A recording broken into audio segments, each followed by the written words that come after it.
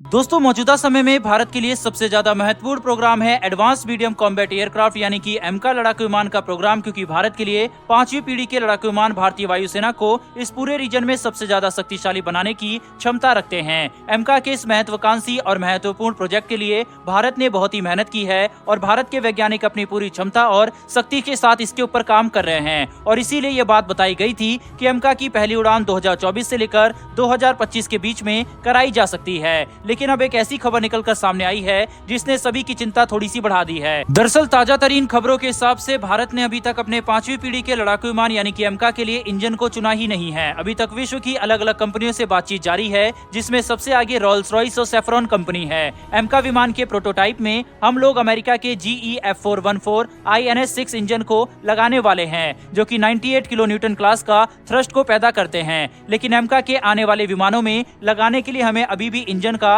चुनाव करना बाकी है। भारत और फ्रांस एक साथ मिलकर एमका के लिए एक नए इंजन का विकास करने वाले हैं, लेकिन अभी तक इस इंजन के लिए बातचीत शुरुआती दौर में चल रही है। रिपोर्ट की माने तो यह बताया जा रहा है कि नया इंजन 110 किलो न्यूटन के थ्रस्ट को जनरेट करेगा और इसे बनाने में लगभग $6 बिलियन का खर्च आने वाला है। लेकिन दोस्तों बात यहाँ पर यह है कि यह नया इंजन अपने सारे टेस्ट और ट्रायल 2029 या फिर 2030 तक ही पूरा कर पाएगा, जिसके बाद मास प्रोडक्शन में यह इंजन 2035 तक जा पाएगा। इसका मतलब यह होगा कि एमका विमान की पहली उड़ान 2024 या फिर 2025 तक हो जाएगी और एमका प्रोडक्शन रेडी 2029 या फिर 2030 तक हो जाएगा। उसके बाद हमें 5 साल और लगेंगे इस नए इंजन का विकास करने के लिए, यानी कि तब तक हमें एमका विमान के शुरुआती स्क्वाड्रन में लगाने के लिए एक इंजन चाहिए। दोस्तों एमका विमान का प्रोजेक्ट भारत के लिए इतना ज्यादा महत्वपूर्ण है कि हम इसके साथ किसी भी तरीके का खिलवाड़ नहीं कर सकते, क्योंकि इस प्रोजेक्ट के ऊपर ही भारतीय वायुसेना की ताकत टिकी हुई है। जैसा कि हमने पहले ही ठान लिया है कि आने वाले समय में हम लोग विश्व के किसी भी देश पर हथियारों के लिए निर्भर नहीं रहेंगे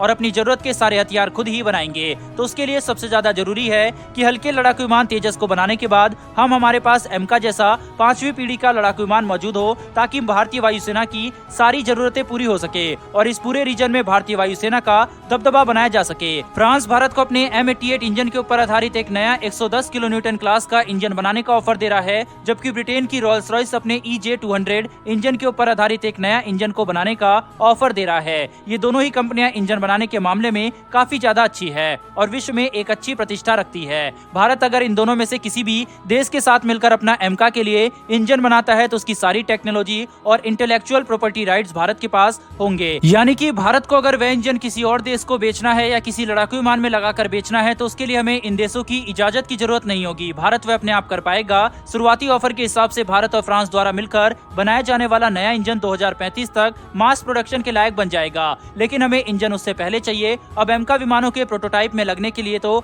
हम अमेरिका के इंजन का इस्तेमाल कर रहे हैं, लेकिन शुरुआती स्क्वाड्रन्स में लगाने के लिए हमें नया इंजन चाहिए होगा, वरना हमें अमेरिका के ही इंजन से काम चलाना पड़ेगा। किसी भी लड़ाकू विमान के लिए इंजन सबसे ज्यादा महत्वपूर्ण हिस्सा होता है, क्योंकि इंजन से ही ये पता चल जाता है कि इस विमान की क्षमता क्या होने वाली है। वहीं पर ये किस काम आने वाला है, क्योंकि एमका एक स्टेल्थी और 5वीं पीढ़ी का लड़ाकू विमान होने वाला है। इसीलिए चाहे हम फ्रांस या फिर ब्रिटेन के साथ मिलकर नया इंजन बनाए, लेकिन वह इंजन इतना सक्षम होना चाहिए कि हमारी सारी जरूरतों को पूरा कर पाए और हम उसी के ऊपर काम भी कर रहे हैं। दोस्तों जो नया इंजन हम लोग फ्रांस या फिर ब्रिटेन के साथ मिलकर बनाने वाले हैं, उसका इस्तेमाल एमका में ही नहीं किया जाएगा, बल्कि उस इंजन का इस्तेमाल भारत में बेहद ही बड़े तौर पर किया जाएगा। जैसे कि हम उसी इंजन का इस्तेमाल एमका के मार्क 2 वर्जन में भी करेंगे और तेजस के मार्क 2 वर्जन में भी करने वाले हैं। इसके अलावा हम लोग अपनी नौसेना के लिए जो लड़ाकू विमान बना रहे हैं उसमें भी उस इंजन का इस्तेमाल किए जाने की संभावना है। देखने वाली बात यह होगी कि भारत इन दोनों में से कौन सी इंजन को चुनने वाली है और भारत एमका के शुरुआती विमानों में लगाने के लिए किस इंजन का चुनाव करेगी, क्योंकि एक नए इंजन को बनाने में तो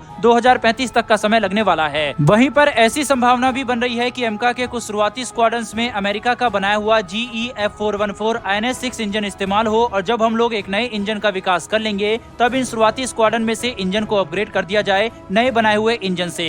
वैसे दोस्तों आपके हिसाब से रोल्स रॉयस और सेफ्रॉन में से भारत को किस कंपनी को चुनना चाहिए, अपनी राय कमेंट बॉक्स में लिखकर जरूर बताएं। साथ ही अगर आपको ये इन्फॉर्मेशन और वीडियो पसंद आई हो तो वीडियो को लाइक करके चैनल को सब्सक्राइब कर बेल नोटिफिकेशन को अवश्य दबा लें, जिससे हमारी आने वाली ऐसी इंटरेस्टिंग वीडियो आप तक सबसे पहले पहुंच सके। फिलहाल दोस्तों इस वीडियो में इतना ही, फिर मिलेंगे ऐसी एक नई वीडियो के साथ। धन्यवाद, जय हिंद।